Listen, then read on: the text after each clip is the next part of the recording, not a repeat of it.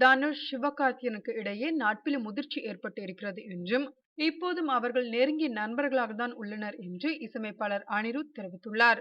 தனுஷ், சிவகார்த்திகேயன் இருவருக்கும் இடையே மீண்டும் மோதல் ஏற்பட்டுள்ளதாக தகவல்கள் வெளியாகியுள்ளன.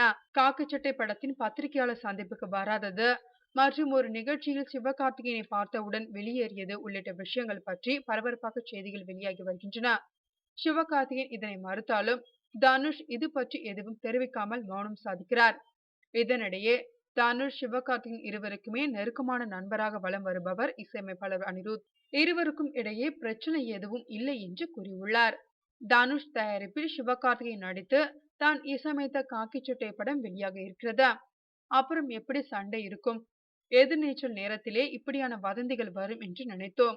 சிவகார்த்திகேயனுக்கு 2 படங்கள் வெளியானதற்கு பிறகு இந்த பிரச்சனை தொடங்கியிருக்கிறது. உண்மையாகவே அப்படி ஒரு பிரச்சனையே கிடையாது.